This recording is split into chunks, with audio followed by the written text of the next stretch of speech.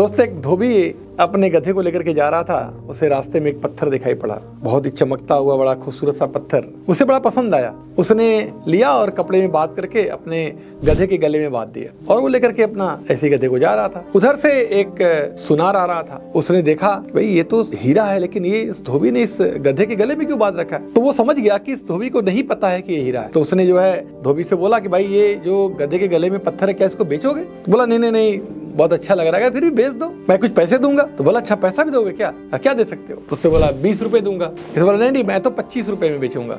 अब जो बुद्धिमान आदमी था वो तो समझ गया था कि इसको तो पता ही नहीं है कि ये कितना कीमती है। उसने बोला नहीं, 20 का ही मैं दूंगा। और फिर जो समझदार इंसान था, बुद्धिमान था, जो सुनार था, उसने सोचा कि चलो थोड़ी देर बाद आता हूँ और फिर इसको मैं 20-22 में ले लूंगा। थोड़ा सा वो आगे बढ़ा, तब तक एक दूसरा सुनार उधर से आ रहा था। उसने देखा और जैसे उसने देखा यार ये तो गधे के गले में जो लटक रहा है वो तो हीरा है और शायद इसे पता नहीं है। उसने बोला कि भाई ये जो गधे के गले में जो पत्थर लटक रहा है, क्या इसको बेचोगे? कहा देखो भैया, मैं बेचूंगा तो नहीं पहले, लेकिन अगर बेचूंगा तो 25 से कम में नहीं बेचूंगा। उसने 25 रुपए दिए और वो हीरा लेके चला गया। जब हीरा लेके चला गया तो जो पहला वाला जो ज्वेलरी वाला था वो बंदा घूमते आया। चलो चलते हैं, अब इसको 20 की जगह 22 में ले लेते हैं। जैसे गया तो धोबी से बोला कि भाई वो पत्थर क्या हुआ? तो बोला वो तो मैंने बेच दिया और मैंने 25 का बेच दिया। तो वो जो सुनार था वो चिल्लाने लगा, कहा तुम पागल हो क्या? तुम्हारे पास सेंस नहीं है? तुम्हें नहीं पता वो कितना कीमती था? तुमने जो बेचा है वो लाखों का था, तुमने तो 25 में ही बेच दिया। कितने बेवकूफ हो तुम। तो धोबी जोर जोर से हंसने लगा। बोला बेवकूफ मैं हूँ या आप हो? मैं तो जानता ही नहीं था कि वो हीरा है, मुझे तो पता ही नहीं था कि वो लाखों का है। आप तो जानते थे ना,